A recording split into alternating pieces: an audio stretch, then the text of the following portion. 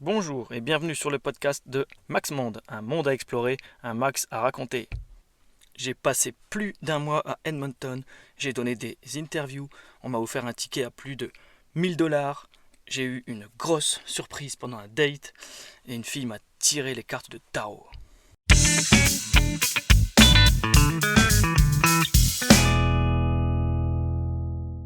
Aujourd'hui, je vais vous parler de ma rencontre avec Edmond, un habitant de Edmonton, chez qui je suis resté plus d'un mois et avec qui j'ai vécu les demi-finales et les finales de playoff en hockey sur glace, et toutes les choses complètement inattendues qui se sont produites suite à cette rencontre. Alors pour rappel, je suis parti le 1er mai de Montréal pour un voyage en van de plusieurs mois à travers le Canada et les États-Unis. Donc j'arrive vers le 23 mai à Edmonton pour visiter la capitale de l'Alberta dans l'idée de rester 2-3 jours, le temps de découvrir la ville et prendre son pouls durant un match de playoff, car rien de tel que le hockey pour découvrir la culture canadienne. Donc j'ai eu la chance jusque maintenant de passer dans des villes où les équipes sont encore en lice pour remporter la Stanley Cup. Au Canada, aux États-Unis, on peut dire que c'est l'équivalent de la Ligue des Champions en Europe. Donc j'arrive le premier jour à Edmonton, je stationne sur un parking de Walmart. Ce sont les supermarchés où les véhicules récréatifs sont autorisés à rester la nuit. Voilà, je prends mon vélo pour me rendre au centre-ville, visiter et aller voir le match sur la fan zone, donc cette zone extérieure où l'on peut suivre le match sur un écran géant avec les supporters. Et en fait, je me fais recaler car j'ai un sac à dos trop grand. Je ne peux pas rentrer avec, j'essaie quand même de négocier, mais en vain, donc je regarde le match dans un bar sportif. L'ambiance est bonne, mais je tiens vraiment à aller sur la fan zone. Et comme les matchs ont lieu tous les 2 jours, je retourne 2 jours plus tard. Ce sont les demi-finales, c'est le troisième match contre Dallas. Et les Oilers, l'équipe d'Edmonton, jouent à domicile. L'équipe s'appelle les Oilers, oil le pétrole, car la province de l'Alberta a des sols riches en pétrole et par conséquent elle en produit beaucoup. Donc 2 jours plus tard, je me rends sur la fan zone qu'on appelle le pit à Edmonton. Et là je vois un gars habillé de la tête aux pieds avec des habits de supporter de Oilers, mais littéralement de la tête aux pieds, car il a les chaussures aux couleurs des Oilers. Sur la tête, il a un casque de hockey sur lequel est accrochée la Stanley Cup. Je me dis que ça ferait une belle photo à prendre et je sens que l'ambiance sera intéressante pour ensuite partager sur mes réseaux sociaux, montrer comment ça se passe ici. Je me dis aussi que c'est l'occasion d'avoir un échange avec quelqu'un, mais le mec il bouge partout sur la place. Je me dis, bon, c'est pas grave, il va sûrement revenir. Et en même temps, il y a une partie de moi qui me dit, wow, dérange-le pas, tu sais, on verra bien. Finalement, il repasse devant moi, je l'interpelle. Excuse me, I like your style. Can I take a picture of you? Puis il me répond un truc du genre of course, évidemment. Donc je le prends en photo, mais il tient à ce que je sois avec lui sur la photo. Mais bon, ce n'est pas trop mon genre de prendre une photo, de poser avec quelqu'un si j'ai pas d'histoire à raconter avec cette personne. Et en fait, je remarque que lui, il adore poser avec les gens. Et je comprendrai même plus tard que c'est en partie cette attention que les gens portent sur lui, sur son costume, que c'est tout ça qui lui donne son énergie en fait. Donc déjà, première leçon, c'est que mon filtre dérange le pas. C'était une mauvaise vision du personnage, ou peut-être même une excuse à moi-même pour ne pas lui courir après, parce que je voulais pas commencer à lui courir après. Car en fait, lui, ça le dérange pas du tout, et c'est même l'inverse. Donc je pose avec lui, et évidemment, avec mon accent bien Frenchy, il me dit en français mais tu parles français, non? Tu viens d'où? Alors j'explique avec les mots suivants je suis français, je traverse le Canada avec mon van, je suis parti de Montréal. Il m'interrompt comme ça, il lève la main. Il dit moi je suis du New Brunswick.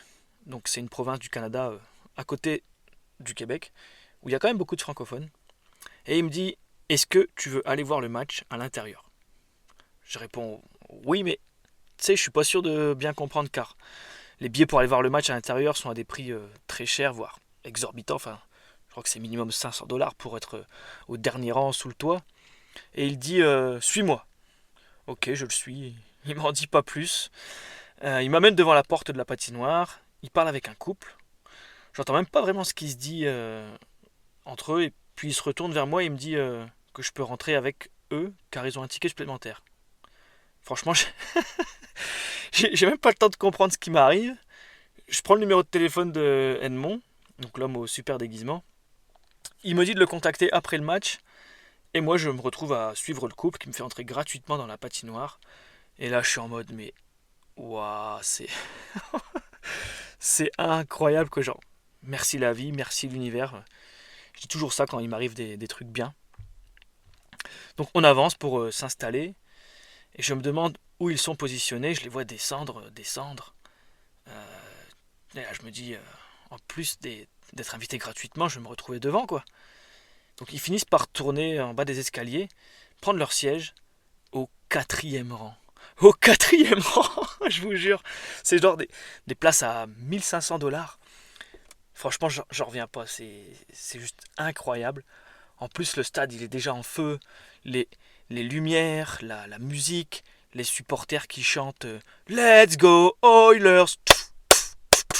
Let's go Oilers! Donc franchement, superbe ambiance. Une différence quand même avec le football en France que j'ai noté, c'est que au hockey, il n'y a pas beaucoup, voire pas du tout de chants de supporters. À Montréal, l'équipe elle est surnommée les Habs, donc ça donne Go Habs Go, Go Habs Go. Quand j'étais à Winnipeg pour voir le match des Jets, c'était Go Jets Go, Go Jets Go. Donc là, je m'assois dans le siège, je dois avoir le sourire jusqu'aux oreilles, je pense. Rien qu'à y repenser, ça me donne grave le sourire. Une fois assis, je discute davantage avec le couple qui m'invite. Et en fait, il se trouve que leur fille, elle n'a pas pu venir. L'homme fait partie des Premières Nations, de l'ethnie des Dénés. Il y a environ 640 communautés de Premières Nations au Canada. Donc c'est pour moi l'occasion en plus d'en apprendre davantage. Je pose pas mal de questions, mais bon, c'est pas l'objet de ce podcast. Et au final, j'assiste à un super match avec la victoire des Oilers, 6 buts à 1. 6 à 1. Donc l'ambiance, elle est encore meilleure, quoi. Et je sors de la patinoire en remerciant 1000 fois le couple qui m'a invité au match. Ils n'ont même pas essayé de vendre la place, ils auraient pu la revendre à un certain prix, récupérer de l'argent. Franchement, ils ont juste voulu faire plaisir. J'ai proposé de leur payer une bière pendant le match ou de leur payer une boisson, ils n'ont même pas accepté. Donc waouh, juste quelle générosité incroyable, quoi. Et en sortant, donc je prévois d'appeler Edmond qui m'a laissé son numéro de téléphone. Mais en fait, je le reconnais de loin avec sa coupe sur la tête qui dépasse. J'ai même pas besoin de le chercher. Et je le remercie de m'avoir mis en relation avec le couple. Et en fait, je réalise qu'il ne connaît même pas le couple. Le couple lui a proposé car il avait son beau costume. Donc comme quoi ça ouvre des portes, son costume. Et Edmond, il est avec son ami là, Kamé. Kamé, c'est le prénom de la femme, hein, elle est pas Kamé à cause de la drogue. En fait, quand le couple lui a proposé le ticket, il a demandé d'attendre 5 minutes car son ami Kamé devait le rejoindre. Lui, il pouvait pas entrer avec sa coupe sur la tête. Puis en plus, lui, il aime les bains de foule à l'extérieur, donc il cherchait son ami Kamé pour la faire entrer. Comme elle était en retard, il la trouvait pas et il a décidé de me faire entrer moi. Donc, en fait, ça tient à rien du tout. J'étais vraiment là, au bon endroit, au bon moment. Et d'après Edmond, il m'a dit plus tard qu'il sentait directement ma bonne énergie, qu'il était content de me faire entrer moi. Et comme c'est quelqu'un de très ouvert, très hospitalier, il tenait à montrer sa gentillesse. Et l'hospitalité canadienne, mais enfin en fait c'est même pas qu'il tenait à montrer, c'est qu'il est une nature comme ça, tout simplement car, comme on dit, un Français habitant du New Brunswick ou du Québec, on est cousins en quelque sorte. Donc l'histoire, elle aurait pu s'arrêter là, ça aurait déjà été magnifique. Mais il y a encore plein de beaux événements qui ont suivi. Donc il me propose d'aller boire un verre dans un bar pour l'après-match, fêter la victoire des Oilers avec son ami Kamé. Donc évidemment je les suis tous les deux. Et pendant la conversation il me demande où je dors ce soir. Donc je lui réponds que je dors dans ma voiture. Puis spontanément il me dit mais si tu veux j'ai une chambre de libre à la maison, tu peux dormir chez moi. Donc moi j'essaie jamais de manquer une opportunité de vivre à la locale. Donc je réponds bien évidemment oui. Et je comprends aussi rapidement que Edmond et Kamé, c'est des bons fêtards. Et Edmond, mais lui, faut savoir qu'il a 68 ans. Mais il a une énergie incroyable. Et ensuite, il propose d'aller dans un autre quartier d'Edmonton pour faire d'autres bars. Ça se transforme en tournée des bars. Moi, j'étais en vélo. Donc, on commence à mettre le vélo dans la voiture. Bref, on passe une super soirée, on rentre chez Edmond, on prolonge encore la soirée, je passe la nuit dans la chambre de libre. Et le lendemain, en fait, je rencontre les différents colocs d'Edmond, car lui, il a une grande maison, un grand terrain, et il loue des chambres, des dépendances aussi. Et il y a 3 Philippins, il y a un Tunisien, il y a un Sud-Africain, il y a 3 Canadiens, enfin bref, c'est un peu l'auberge espagnole. Et comme les matchs ont lieu tous les 2 jours, je décide de retourner voir un match sur le Pitts, car finalement, entre le bar, la patinoire, je n'ai toujours pas vécu l'ambiance sur la fanzone. Edmond propose évidemment que je reste plus longtemps chez lui si je le souhaite. Donc je me dis, bah, moi aussi, je voudrais me déguiser, tu sais. J'aime me déguiser. Je sais pas, peut-être dû au carnaval de Dunkerque ou carrière d'animateur, j'en sais rien. Puis j'aime bien me mettre dans la peau d'un personnage avec le costume, tout ça. Voilà, j'aime ça. Donc je vais acheter quelques bricoles dans un magasin pour confectionner un costume maison. Et pas cher, quoi. Et les colocs ils se prennent au jeu, chacun y met sa touche. Je me retrouve avec un chapeau, une jupe, un t-shirt de l'équipe, peinture sur le visage. Et me voilà paré pour aller voir le match. Donc le jour du match, à peine la sécurité passée, cette fois ça y est, là je suis bien entré. Directement les gens ils nous prennent en photo. Alors Edmond lui il a l'habitude, hein, mais là même avec ou sans Edmond, franchement il y a beaucoup de personnes qui m'interpellent pour prendre une photo avec moi. Edmond lui il reconnaît le maire de la ville, il me dit qu'on doit aller prendre une photo avec. J'explique rapidement que je suis français au maire, on pose avec lui. Et franchement, avec mon costume, j'ai un succès fou. Ouh, pour ceux qui ont la ref. Et bon, on s'amuse comme des fous, quoi. Il y a un DJ, on chante sur les temps morts du match, des cercles s'improvisent avec des supporters qui dansent au milieu, on fait la chenille. Donc voilà, la soirée, elle se termine sûrement assez tard. Et lendemain de match, Edmond, il revient des courses et il me tend un journal. Et là, tu sais, j'ai le sentiment qu'il doit être dedans, ou peut-être même moi, car je sais qu'il y a des journalistes qui nous ont pris en photo. Et là, je tourne la première page et je vois nos têtes déguisées sur la fanzone avec un article sur le match, juste derrière la une. Et la troisième page, donc juste derrière nous, là, c'est la visite du prince Charles. Franchement, je suis mort de rire, on se regarde en rigolant avec Edmond. Lui, c'est la 3e année qu'il se déguise comme ça. Et c'est la 2e fois qu'il se retrouve en photo dans le journal. Ah, franchement, quelle histoire, quoi. Et donc voilà, on fait les matchs. Et ben, ça fait une dizaine de jours que je suis à Edmonton. Les demi-finales sont terminées. Les Oilers sont qualifiés pour la finale. Il y a quelques jours de pause avant que la finale reprenne. Mais la finale avec le système de playoff, ça peut être entre 4 et 7 matchs. Donc je décide de quitter Edmonton, direction le Yukon et l'Alaska comme je prévois de faire. Donc je dis au revoir à Edmond, je dis au revoir au coloc avec qui j'ai passé franchement 10 jours extraordinaires. Super accueillant, ils me font une surprise en chantant une chanson d'au revoir en karaoké. Il faut savoir que les Philippins ils adorent le karaoké. Parfois il y a Glenn, donc un des colocs philippins, il prend le micro tout seul et il se met à chanter en mode karaoké sur la terrasse. Là, c'est. Enfin voilà, ça contribue à la bonne ambiance de la coloc. Et donc là, je reprends la voiture. Salut tout le monde. Merci, merci, merci, merci. Et je suis à peine parti. Il y a un truc qui me tracasse sur ma voiture. Là, j'ai l'aiguille de température moteur qui bouge facilement. Elle monte assez haut, mais pas dans le rouge. Mais j'ai pas de voyant rouge qui s'allume. Je suis déjà passé dans un garage, enfin bref, je passe les détails, mais j'ai pas l'esprit tranquille. Je me dis, je vais quand même aller dans un garage. Il me faut un diagnostic, mais ils savent pas dire ce que c'est. Bref. Je rappelle Edmond et je demande si je peux revenir le temps de fixer le problème et lui demander s'il connaît un garage fiable. Donc la réponse d'Edmond avec son accent du New Brunswick, c'est bah oui, viens, pas de problème. Le verdict d'un garage tombe. Bim, joint de culasse, 7 000 $ de réparation. Sur le coup, je suis vraiment dégoûté, quoi. 7 000 $, c'est le prix de ma voiture. Edmond me dit, je connais quelqu'un qui peut te réparer ça pour beaucoup moins cher. Edmond, toujours la bonne étoile. Donc allez hop, vendu. Son contact, il va me réparer ça. Par contre, il faut attendre une quinzaine de jours, quoi.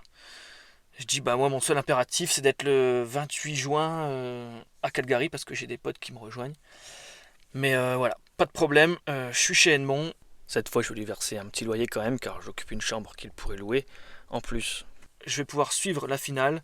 Si les Oilers y gagnent, ça va être une ambiance de fou.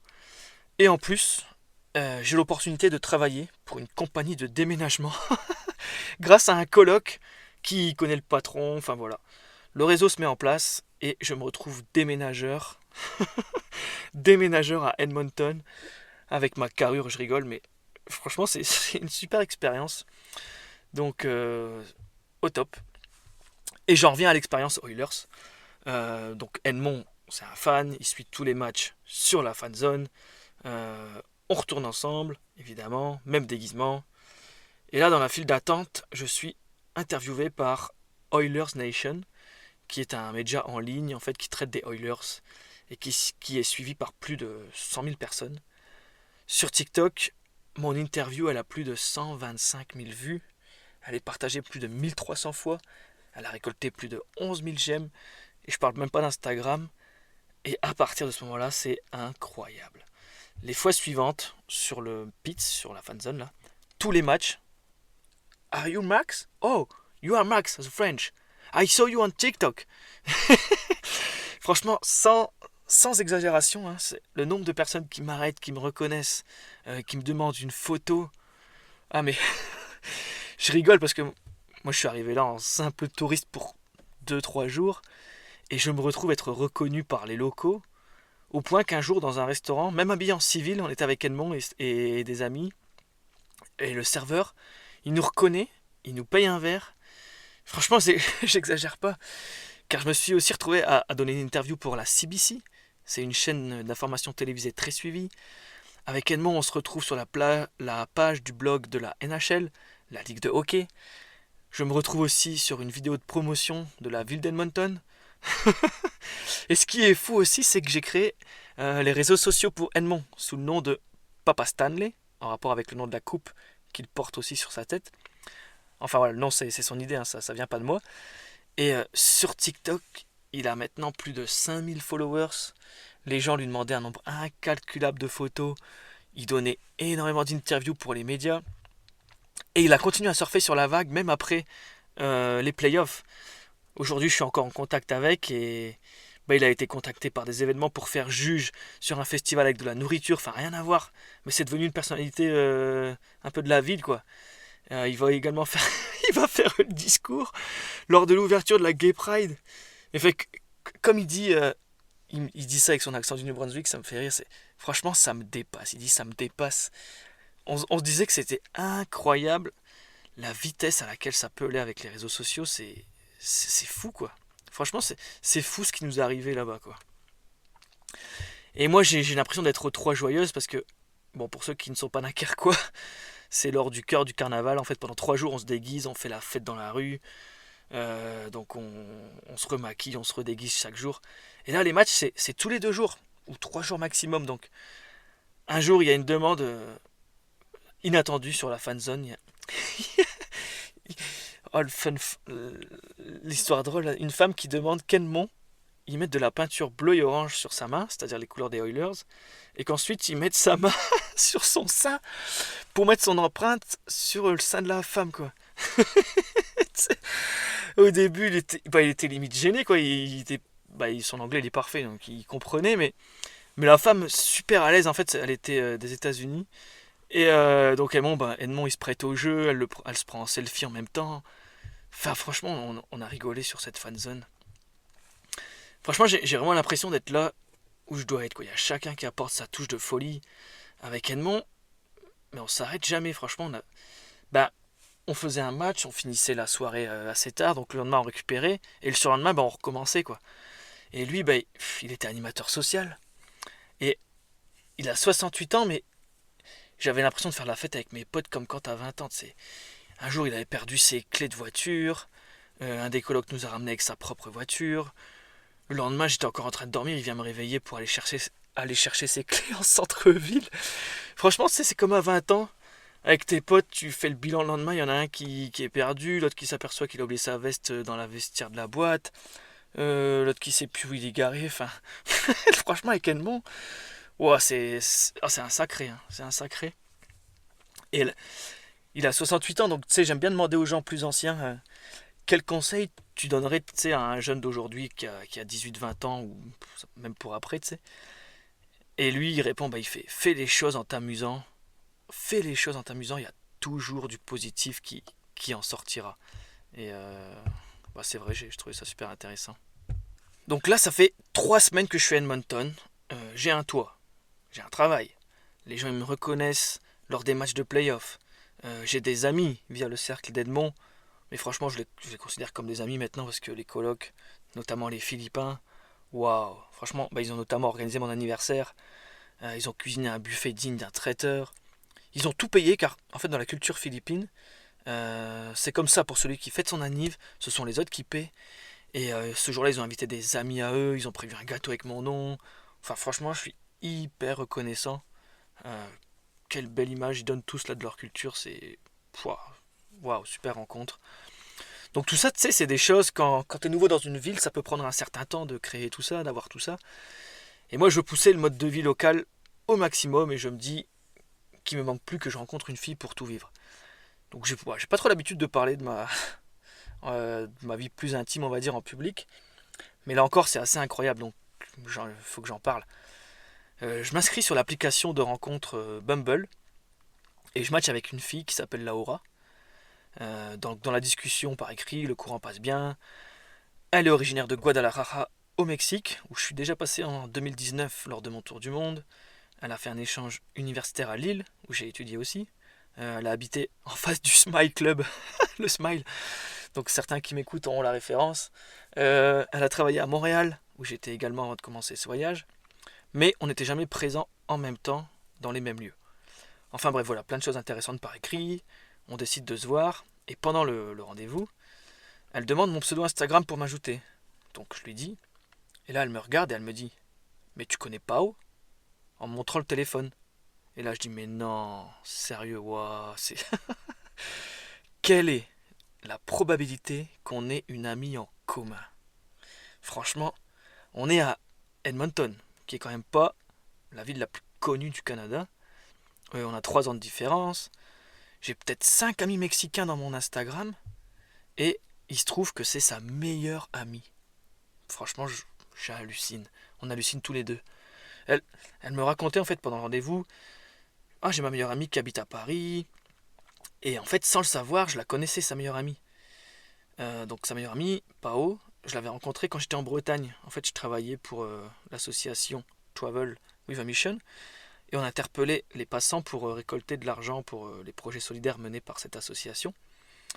Donc oui, je fais partie de ces gens qui pouvaient vous interpeller dans la rue et que vous essayez de m'esquiver. Et donc j'avais interpellé cette fille avec qui on avait discuté. À un bout de temps, on avait échangé nos contacts. Mais franchement, j'adore la vie, quoi. Le pourcentage de chances que j'interpelle cette fille dans la rue à Rennes, que je rencontre sa meilleure amie par hasard, si c'est du hasard, 6 ans plus tard au Canada, franchement, c'est ça que j'adore dans le voyage, les surprises comme ça. Et donc, je vous vois venir. Avec Laura, on s'est vraiment super bien entendu. Et c'est assez fou, elle m'a même rejoint quelques jours plus tard dans les Rocheuses où on a voyagé ensemble. Et donc, ce qui est intéressant avec Laura, c'est qu'on se dit, franchement, on s'est pas rencontrés pour rien. Elle arrive à un moment, elle, où après 4 ans, elle a fait un peu le tour de Edmonton, quoi. Ça fait 4 ans qu'elle est là. Son job en communication pour le gouvernement d'Alberta, il la passionne pas vraiment. Elle recherche plus de liberté. Et il se trouve que moi, en ce moment, je suis pas 100% libre, hein, il y a toujours des réalités qui rattrapent, mais il se trouve qu'en ce moment, je jouis quand même d'une liberté assez grande en voyage. Et donc on voyage pendant 4 jours ensemble dans les Rocheuses, on se prend un café dans le petit village de Canmore, et on s'assoit sur une banquette à côté d'une fille seule. En fait, j'avais repéré cette fille en entrant, car tu sais, je la voyais écrire comme un bouquin de voyage. Et quand on s'assoit, je vois qu'elle a un jeu de tarot posé à côté d'elle. Pas le jeu pour jouer au tarot, mais le jeu pour tirer les cartes. Donc, tu sais, ça m'interpelle, ça me donne encore plus envie d'entamer la discussion. Je suis toujours curieux de ce genre d'expérience et ben, j'ai déjà eu des expériences intéressantes avec une médium ou une personne qui utilisait le pendule. Donc je lui demande, j'attaque la conversation, Are you traveling? En fait non, elle habite ici et elle aime bien s'installer à cet endroit pour écrire. Donc on parle, je demande les recommandations dans le coin, etc. Puis je lui demande si elle sait tirer les cartes de tarot. Et elle nous répond que oui, même si elle débute. Et puis elle est ok pour nous tirer les cartes. Donc Laura elle commence, elle tire une carte et elle tire la carte du diable. Sur le coup je fais, tous les deux là on se dit waouh, ça, tu sais, ça nous surprend, on rigole. Là je me dis oh punaise, avec qui je suis en ce moment là. Et en fait l'interprétation de la fille, c'est que Laura, elle est tiraillée entre deux mondes en ce moment. Et ça lui fait sens par rapport à ce que je disais juste avant, car elle a des projets, mais en même temps elle a une bonne situation ici, puis il y a d'autres éléments autour, donc ça fait sens quand même. Ensuite moi je pioche une carte aussi, et c'est une main qui tient un bâton. Donc la fille me dit que c'est très positif. Elle me parle beaucoup de créativité. J'ai quelque chose en main que je dois exploiter. Et aussi j'ai un ami en France qui tire les cartes. Donc je demande son interprétation à lui, sans dire ce que la fille m'a raconté pour pas l'influencer ou autre. Et lui il me dit que j'ai un nouveau désir, j'ai une nouvelle passion. Et je vais découvrir une nouvelle chose pour laquelle j'ai envie de m'investir ou que voilà, quelque chose m'excite aussi, il me dit ça. Sachant qu'il n'est pas au courant de ma situation avec Laura. Et donc je disais, ouais, avec Laura, tu sais, on s'est pas rencontrés pour rien. Là, et il se trouve que elle, en parallèle de son travail, en fait, elle réalise des voix off pour les publicités, la plupart du temps. Donc elle fait ça en espagnol, elle a déjà fait de la radio. Et moi j'ai en tête depuis quelque temps de faire des podcasts. Car l'écriture, ça me prend trop de temps pour partager. En story sur les réseaux sociaux, je peux pas tout développer, ce serait beaucoup trop long. Et j'ai envie d'essayer des podcasts, donc j'y pense depuis un certain temps. Et bon, là finalement c'est mon premier podcast et je me rends compte que ça me prend quand même pas mal de temps, mais bon, Inch'Allah, avec le temps, ce sera plus rapide. Mais bref, faut essayer.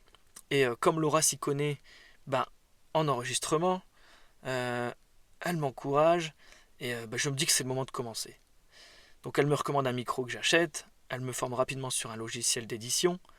Donc voilà, c'est en partie grâce à elle que ce podcast il voit le jour aujourd'hui. Il me reste à me renseigner davantage sur les méthodes de publication de podcast maintenant. Donc si parmi vous, il y en a en privé là, qui m'écoutent, n'hésitez pas à me contacter en privé si vous avez des pistes dans la publication de podcast. Je suis preneur. Merci d'avance. Et une dernière chose que je voulais mentionner, c'est qu'après nos 4 jours ensemble dans les Rocheuses, j'ai refait un crochet par Edmonton quelques jours plus tard pour voir Laura, Edmond, les colocs. Et le jour où j'arrive, un ingénieur son et un producteur à la fois qui réside à Guadalajara, donc la ville d'origine de Laura. En fait, Laura elle essaye de le contacter depuis environ 3 ans pour essayer d'intégrer son réseau parce qu'il a un grand réseau, avoir plus de contacts et lui proposer un contrat. Et ce jour-là, le jour où j'arrive à Edmonton, où je retrouve Laura, justement ce mec, Beto là, il a contact pour lui proposer un contrat. Ça fait 3 ans qu'elle lui envoie des messages avec des exemples de ce qu'elle fait. 3 ans qu'il ne répond pas ou qu'il dit juste oui j'aime bien ce que tu fais mais il faudrait que tu sois sur place pour enregistrer, etc. Et aujourd'hui, ça finit par payer. Donc comme quoi, il faut jamais rien lâcher. Et je trouve que c'est un super exemple de résilience, de toujours y croire. Donc voilà, je tenais à partager ça. Et puis, pour finir ce podcast, je voudrais parler un peu de toutes les leçons retenues de cette histoire. Donc j'en ai déjà cité une juste avant, le fait d'insister, rien lâcher, toujours y croire. Et je disais au début aussi, oser. Oser aller vers les autres. Parce que parfois on me dit, mais toi t'as toujours de la chance, tu fais des rencontres, c'est incroyable. Et c'est vrai que je veux croire en ma bonne étoile, je suis conscient que j'ai de la chance, comme là de rencontrer quelqu'un comme Edmond, franchement aussi hospitalier que lui, mais la chance ça se provoque aussi. Si on n'ose pas demander, si on n'ose pas aller vers les autres, forcément on a moins de possibilités d'attirer la chance. Deuxième leçon que je tire de cette histoire, c'est toujours transformer un problème en opportunité. Toujours voir le positif. Parfois c'est vrai, on comprend pas tout de suite et sur le moment on peut être dégoûté, mais sur le moment ça m'arrive encore, je dis putain j'ai la poisse. Mais je réfléchis plus trop, je me dis plus trop ça. Et franchement c'est pas un truc de développement personnel à deux balles, je l'expérimente depuis plusieurs années maintenant. Ok la vie là j'ai un problème, qu'est-ce que tu veux me dire? Tu veux me challenger? Tu veux me faire monter en compétences? Qu'est-ce que je dois voir, tu sais? Et encore dernièrement à Edmonton là, j'étais stationné la nuit en ville, en centre-ville, à l'extérieur. Le lendemain, je veux reprendre mon vélo, plus de selle. Enfin, la selle remplacée par une autre qui ne tenait pas, mais merci le voleur, hein, c'est mieux que rien. Donc, tu sais, sur le coup, j'étais énervé. Je me dis, ah punaise, tout va bien, il y a toujours un branleur, il y a toujours une minorité qui est là pour emmerder les autres, tu sais. Donc, j'étais avec Laura, on prend les vélos. Moi, je commence à tracer sur le vélo pour me défouler un peu, là, ça m'avait un peu agacé. Puis ça tombe bien, on allait jouer au tennis ensemble justement, donc j'évacue un peu ma colère en faisant du sport, boum boum. Et le soir, on va chez Edmond. Lui, il a plein de vieux vélos chez lui qui croupissent dehors. Donc par chance, il y a un vélo avec une selle qui convient. Edmond, toujours la bonne étoile. Donc je récupère la selle gratos. Le lendemain, je me rends dans un bike shop communautaire. Tu sais, c'est un genre de repair café là, avec des bénévoles. Donc je découvre un lieu super sympa. Franchement, des bénévoles super bienveillants qui prennent le temps de t'expliquer, qui t'apprennent le nécessaire pour réparer ce que tu as besoin de réparer. Moi, j'apprends qu'il y a des diamètres de selle, des appareils de mesure, qu'il y a différents moyens de fixation. Je fouille dans leurs pièces de seconde main pour trouver ce qui me convient. Je leur donne la selle que le voleur m'avait laissée là. Et franchement, je repars de là, je suis super content. Ça me coûte 11$ et j'ai appris des choses en plus. Donc voilà, il y a toujours moyen de voir du positif dans des situations. Autre apprentissage que je retiens, c'est franchement toujours dire oui aux rencontres. Quand je suis invité par des gens, je dis quasiment toujours oui. Bah, sauf si je sens bien sûr que ça peut jouer sur ma sécurité ou je sais pas, il n'y a pas de feeling, je le sens pas. Ça va m'arriver de dire non, mais ou parfois tu sais, on me propose des activités aussi des fois, mais on me propose des activités genre trop onéreuses ou d'aller faire. Mais dans ce cas-là, tu sais, je refuse ou gentiment ou poliment. Mais sinon, franchement, c'est tout le temps oui. Restez ouvert aux propositions. Et en fait, justement, dans la voiture, là, je conduis beaucoup de temps, je passe du temps sur la route, donc j'écoute des podcasts. Et j'écoutais un podcast là qui parlait des surprises. Et j'ai réalisé en fait que c'est ça qui me plaisait dans les voyages. Il y a des rencontres que j'adore, mais tu sais, quand c'est une surprise, le plaisir il est multiplié. Parce que tu peux planifier des rencontres en amont, par exemple. Tu sais, tel jour, oh, j'ai un coach surfing chez un local. Tu sais, le coach surfing, c'est un site qui permet de prendre contact avec quelqu'un pour être hébergé et avoir un échange avec lui. Donc, franchement, ce site, il est super, hein, je l'ai déjà utilisé. C'est un très bon moyen de s'imprégner de la culture locale. On peut faire des superbes rencontres. Mais tu sais, quand tu as une invitation qui est spontanée, quand tu t'y attends pas, la joie, franchement, elle est multipliée au carré ou au cube. Enfin, donc là, voilà, moi, c'est vraiment l'effet que ça me fait. C'est la surprise, les surprises en voyage, les rencontres. C'est aussi pour ça que je voyage, quoi. Donc voilà, on arrive à la fin de ce podcast et en fait, pour moi là, ce qui s'est passé à Edmonton, c'est incroyable. Tous ces engrenages qui se sont emboîtés, tout ce qui a découlé d'une simple rencontre que j'aurais pu louper de quelques secondes au final. Si j'étais arrivé 5 minutes plus tôt, même pas 5 minutes, mais 5 minutes plus tôt, 5 minutes plus tard, j'aurais pas vécu tout ça, quoi. Et donc voilà ce que je voulais partager avec vous aujourd'hui. J'espère que ça vous a intéressé, que vous avez appris des choses aussi. Et il s'agissait de mon premier podcast, donc c'était un nouvel exercice pour moi.